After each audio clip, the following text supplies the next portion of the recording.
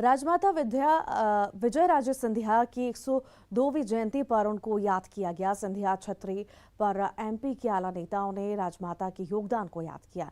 राजमाता विजय राजे की शख्सियत ऐसी थी। संस्थापक जंग बहादुर कुंवर राणा से था। ग्वालियर रियासत के महाराजा जीवाजीराव सिंधिया ने लेखा देवी विजय राजे सिंधिया मूलतः उनकी जब शादी हुई थी तो वो राणा परिवार के साथ रहती थी, जो उनका ननिहाल था सागर में। और वो अपने जमाने की बहुत ही खूबसूरत महिला भी थी, अच्छी, और बैडमिंटन की बड़ी प्लेयर थी। और बाद में कालांतर में ये दोनों एक दूसरे के संपर्क में आए और उनकी शादी हो गई। वो बिल्कुल बराबर से जियाजीराव सिंधिया के साथ डटी रहीं। और उन कठिन परिस्थितियों में जब विलय की स्थिति आ रही थी, उसमें भी वो उनके साथ रहीं और दोनों ने मिलके भारत सरकार में विलय कर दिया। राजमाता विजया राजे सिंधिया की 5 संतानें हुईं, 4 बेटियां और 1 बेटा। राजमाता विजया राजे सिंधिया की जयंती पर सिंधिया परिवार के साथ ही सभी लोग उनको याद करने सिंधिया छतरी पहुंचते हैं। राजमाता की बेटियां वसुंधरा राजे, यशोधरा राजे और पोते ज्योतिरादित्य सिंधिया राजमाता की समाधि पर पुष्पांजलि अर्पित करते हैं। राजमाता की बड़ी बेटी राजस्थान की पूर्व मुख्यमंत्री वसुंधरा राजे कहती हैं कि हमने जो कुछ भी सीखा वो मां से ही सीखा है। भाई अब हम लोग तो दोनों बेटियां हैं, हमने जो भी अपनी जिंदगी में सीखा है उन्हीं से सीखा है। और मैं समझती हूँ कि वो रास्ता जो था वो आसान रास्ता नहीं था, क्योंकि आजकल के ज़माने में ये है कठिन। जिस तरीके से उनने अपना जीवन जिया और अपने लिए नहीं जिया, हमेशा दूसरों के लिए जिया। अपन लोगों को हमेशा ये बात कहते हैं, परंतु जो लोगों ने इस ज़िंदगी को वाकई में उस तरीके से ही जिया है वो बहुत कम ही होते हैं। राजमाता की छोटी बेटी प्रदेश की खेल मंत्री यशोधरा राजे कहती हैं कि राजमाता की राजनीति मूल्यों वाली राजनीति थी जो आज भी प्रासंगिक है। राजमाता जिस तरह का देश देखना चाहती थीं, आज देश उसी तरह का है। भारत आज 50 साल बाद उसी दिशा में जा रहा है जिस तरह राजमाता चाहती थीं। महान भारत फिर से 50 साल के बाद, 60 साल के बाद अब उसी तरह जा रहा है, उसी ट्रैजेक्टरी पे जा रहा है, उसी टारगेट पे जा रहा है जहां देश को होना चाहिए था। ये अम्मा की इच्छा थी। बहुत ही मतलब संघर्ष के दिन थे। वो संघर्ष के दिन हम नहीं भूल सकते, क्योंकि संघर्ष के बाद फल ही आता है और वो फल आज बीजेपी को मिल रहा है। और वो जो मेहनत मैंने बचपन से देखी अम्मा की, क्योंकि हमें तो मेहनत करनी थी, हम तो साथ में चलते थे, पर उनकी जो मेहनत थी वो कोई कह नहीं सकता कि ऐसी मेहनत अगर कोई एक कार्यकर्ता करे तो ये पूरी बीजेपी जो आज खड़ी है इतने बड़े पोजीशन पे, उससे भी। राजमाता के पोते ज्योतिरादित्य सिंधिया फिलहाल केंद्र में नागरिक उड्डयन मंत्री हैं। वो दादी को याद करते हुए कहते हैं कि उनका जीवन जन कल्याण में बीता और इससे पूरा इलाका याद करता है। जो उन्होंने अपने जीवन में भी जन कल्याण के लिए सदैव योगदान दिया और सदैव उपस्थित रहीं, वो अस्मरणीय है पूरे क्षेत्र के लिए। और इसी राह पर उनके पहले सिंधिया परिवार के मुखिया और उनके बाद भी उसी पथ पर चल रहे हैं, जो सदैव इस परिवार का एक बलिदान और विकास और प्रगति में योगदान देने का एक परंपरा है। राजमाता विजया राजे सिंधिया बीजेपी के संस्थापक सदस्यों में से एक रहीं। आजादी के बाद राजमाता ने सामाजिक और राजनीतिक कार्यों में बढ़ चढ़कर हिस्सा लिया। ग्वालियर राजघराने से जुड़ी होने के बावजूद उनका सरोकार जनता से रहा। यही वजह रही कि ग्वालियर चंबल संभाग में राजमाता और सिंधिया परिवार आज भी लोकप्रिय है। सुशील कौशिक, न्यूज़ 18, ग्वालियर। राजमाता विजया राजे सिंधिया राजनीति में तो लोकप्रिय थी ही, साथ ही ग्वालियर चंबल संभाग की जनता भी दिल से सम्मान देती है। राजमाता ने अपने पति महाराज जीवाजीराव सिंधिया के साथ रियासत में महिला शिक्षा और स्वास्थ्य के लिए कई काम किए। राजमाता ने अपनी रियासत की कई बेहतरीन बिल्डिंग, स्कूल, अस्पताल, कॉलेज के अलावा सरकारी दफ्तरों के लिए दान की।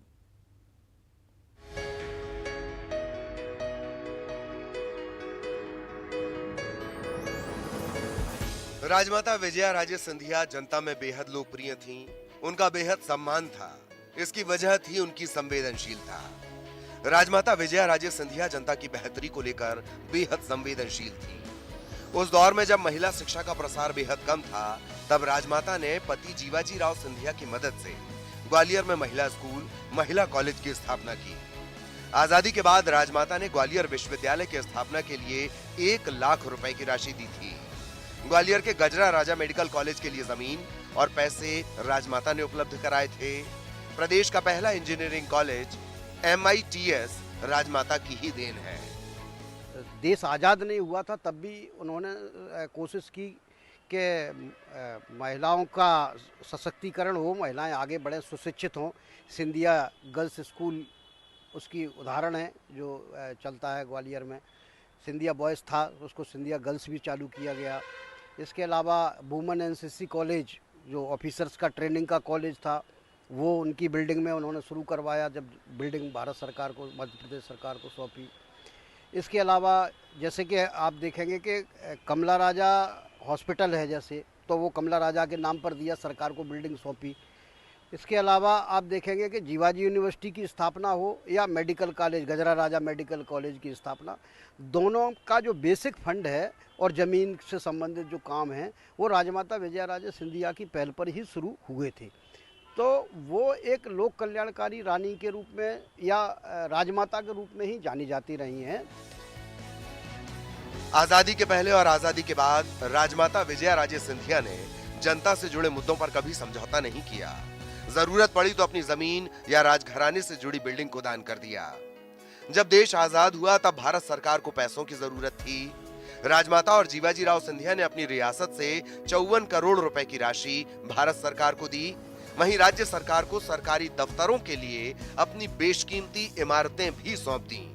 राजमाता ने महाराज बाड़े को टाउन हॉल, विक्टोरिया महल, विक्टोरिया कॉलेज, कमला राजा और पद्मा स्कूल के लिए बिल्डिंग दी। तो वहीं जयारोग्य अस्पताल, कमला राजा महिला अस्पताल, संभागीय कार्यालय के लिए मोती महल, निगम के लिए जल विहार महल भी राजमाता ने ही राज्य सरकार को सौंपे। ग्वालियर के लोगों का मानना है कि राजमाता ने अपनी जनता के लिए जो किया उसे कभी नहीं भूला जा सकता। कैलाशवासी राजमाता सिंधिया जी एक शालीनता की, एक विकास की,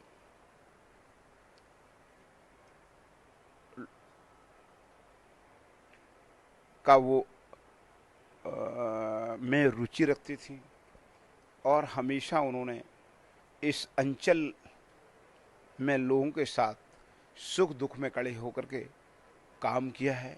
यहाँ के शिक्षा के क्षेत्र में, स्वास्थ्य के क्षेत्र में, और एक वो कुशल संगठक भी थी। जब उनको लगा कि प्रदेश की जनता पर के साथ चुनी सरकार अगर काम नहीं कर रही है तो सरकार को गिरा करके जनता के साथ खड़े होकर के लोगों को न्याय दिलाया। राजमाता को शालीनता की मूर्ति कहा जाता है, लेकिन वो जितनी शालीन थीं, उतने ही अपने निश्चयों को लेकर दृढ़ भी थीं। यही वजह है कि राजनीति की शुरुआत कांग्रेस से करने के बाद वो जनसंघ से जुड़ी और बीजेपी जैसे राजनीतिक दल की स्थापना और मजबूती में बड़ी भूमिका निभाई। सुशील कौशिक, न्यूज़ 18, ग्वालियर। और इसी के साथ ही यहाँ रुक रहे हैं छोटे से ब्रेक के लिए।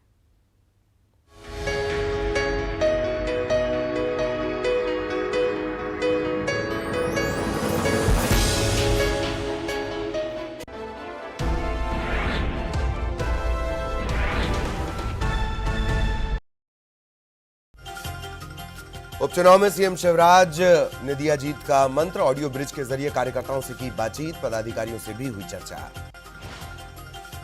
मंत्री अरविंद भदौरिया की तबीयत बिगड़ी, मुख्यमंत्री शिवराज सिंह चौहान ने अस्पताल पहुंचकर जाना हालचाल। उपचुनाव के रण में प्रचार की जंग, बुरहानपुर में वीडी शर्मा ने किया प्रचार, बाइक पर हुए सवार। रैगांव में कांग्रेस नेता अजय सिंह ने संभाली कमान। सियासी जंग से पहले अभियानों के जरिए लड़ाई, बीजेपी के विजय संकल्प दिवस के जवाब में महिला कांग्रेस का आत्म सुरक्षा कैंप। खंडवा में नए अफसरों की तैनाती पर चुनाव आयोग पहुंची कांग्रेस, चुनाव से 20 दिन पहले नई नियुक्ति की शिकायत, तबादला निरस्त करने की मांग। लखीमपुर कांड पर कांग्रेस का प्रदर्शन, एमपी में भी दिया मौन धरना, नरोत्तम मिश्रा का तंज, कहा ये सियासी ड्रामा। दिग्विजय सिंह ने सीएम शिवराज को लिखा पत्र, पन्ना में रेत खनन को रोकने की मांग। दुर्गा पंडाल और झांकी पर प्रशासन की कार्रवाई पर साध्वी की चेतावनी, कहा अत्याचार को न बढ़ने दें, पुलिस प्रशासन किसी को परेशान न करे। पंडाल विवाद पर भोपाल कलेक्टर ने दी सफाई, कहा पंडाल स्थापना संबंधित कोई एफआईआर नहीं, अनाधिकृत मेले पर हुई कार्रवाई। भोपाल में बायोलॉजी के सह विषयों के चयनित शिक्षकों ने दिया मौन धरना, मेरिट में आने के बाद अभ्यर्थियों को सूची से बाहर करने का आरोप, सह विषयों को शिक्षक पात्रता परीक्षा में नहीं किया गया मान्य। मुरैना में खाद के लिए मारामारी, किसानों ने जबरन ट्रक से उठाई बोरी, पुलिस ने खदेड़ा।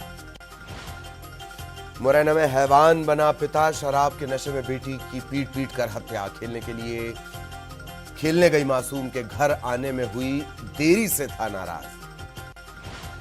ग्वालियर में एनएसयूआई के राष्ट्रीय संयोजक सचिन द्विवेदी पर जमीन खरीद में फर्जीवाड़े का आरोप, पुलिस ने हिरासत में लिया, पड़ाव थाने में दर्ज हुआ था 2018 में केस। ऊर्जा मंत्री प्रद्युम्न सिंह तोमर ने माना कोयले के स्टॉक में कमी, कहा कोयला आपूर्ति के लिए दिया है टेंडर, 54,000 मीट्रिक टन कोयला 24 घंटे में हुआ उपलब्ध। पन्ना में पवई जेल की दीवार फांदकर भागे 3 कैदी, भागने के दौरान एक कैदी का टूटा पैर, पुलिस ने पकड़ा, 2 की तलाश जारी। मुरैना में बस ने बाइक सवार को मारी टक्कर, 2 की मौत, सबलगढ़ के रहने वाले थे दोनों मृतक। खंडवा में करोड़ों रुपए से भरा सूटकेस बरामद, आरपीएफ ने महानगरी ट्रेन से 2 संदिग्धों को किया गिरफ्तार, पूछताछ जारी। सतना में पुलिस ने 8 किलो गांजा किया जब्त, 3 आरोपी गिरफ्तार, बिना नंबर की 2 बाइक भी जब्त। दमोह में बीजेपी ने निकाली चुनरी यात्रा, बड़ी देवी मंदिर में चढ़ाई गई 151 मीटर की चुनरी, बड़ी संख्या में कार्यकर्ता हुए शामिल। भोपाल के माता मंदिर स्थित दुर्गा उत्सव समिति की महाआरती में शामिल हुए गृह मंत्री नरोत्तम मिश्रा, माता का लिया आशीर्वाद, प्रदेशवासियों को दी नवरात्रि की शुभकामनाएं। कोयला संकट को लेकर सीएम भूपेश बघेल ने की अधिकारियों के साथ उच्च स्तरीय बैठक, राज्य में कोयले की सप्लाई में कमी नहीं होने के दिए निर्देश, केंद्र के दावे पर साधा निशाना। राशन घोटाले के आरोपों पर सीएम भूपेश बघेल ने किया बीजेपी पर पलटवार, कहा रमन सिंह पहले नान डायरी में सीएम मैडम के बारे में बताएं, हमने तो राशन कार्ड को आधार से लिंक किया। पूर्व मुख्यमंत्री रमन सिंह का राज्य सरकार पर निशाना, केंद्र के 5 किलो चावल देने की योजना को लेकर राज्य सरकार पर बोला हमला, भ्रष्टाचार का लगाया आरोप। दुर्ग सेंट्रल जेल पहुंचे रमन सिंह, गिरफ्तार लोगों से की मुलाकात, सरकार पर साधा निशाना। कवर्धा में नहीं बढ़ाई गई कर्फ्यू में ढील, सुबह 9 बजे से 3 बजे तक ही मिलेगी राहत, कलेक्टर ने दी जानकारी। आज से मंत्रियों से राजीव भवन में जनता और कार्यकर्ता करेंगे मुलाकात, कोरोना के चलते कार्यक्रम हो गया था स्थगित, अब फिर से लोग मंत्रियों के सामने रख सकेंगे अपनी समस्याएं। रायगढ़ में नवरात्र की धूम, मंदिरों में भक्तों की भीड़, कोरोना गाइडलाइन का हो रहा पालन। कवर्धा मामले में गिरफ्तार युवकों के घर वाले परेशान, परिजनों ने पुलिस के खिलाफ खोला मोर्चा, लोहारा थाने के सामने किया प्रदर्शन। कवर्धा के भूरमदेव कारखाने के हड़ताली मजदूरों को मिला अमित जोगी का साथ, 15 दिन से 4 सूत्रीय मांगों को लेकर कर रहे हैं हड़ताल, कारखाना प्रबंधन ने नहीं ली अब तक सुध। कोरबा में महिला की हत्या से सनसनी, पैसे के लेन देन में मर्डर की आशंका, मामले की जांच में जुटी पुलिस। रायगढ़ में महिला की हत्या, मामले की जांच में जुटी पुलिस, मजदूरी का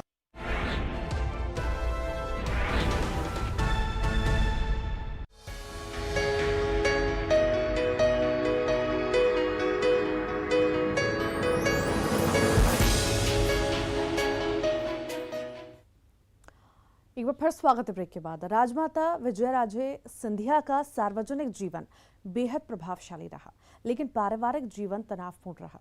राजमाता और उनके बेटे माधवराव सिंधिया के बीच राजनीतिक मतभेद रहे। 80 के दशक में ये मतभेद मनभेद में बदल गए। मशहूर राजघराने की सियासी रंजिश चर्चा का केंद्र बन गई।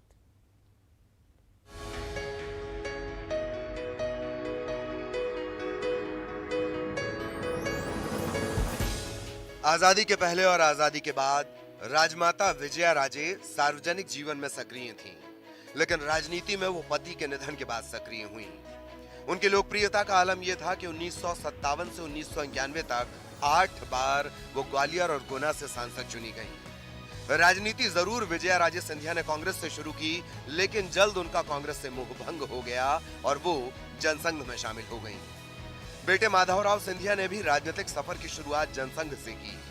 1971 में माधवराव सिंधिया जनसंघ के टिकट पर चुनाव लड़े और महज 26 साल की उम्र में सांसद बन गए। लेकिन इमरजेंसी के दौरान सिंधिया ने जनसंघ छोड़ दिया, निर्दलीय चुनाव लड़ा और जीतकर संसद पहुंचे। कुछ समय बाद ही माधवराव सिंधिया कांग्रेस में शामिल हो गए। इसके बाद से राजमाता और माधवराव सिंधिया में दूरियां बढ़ती गईं।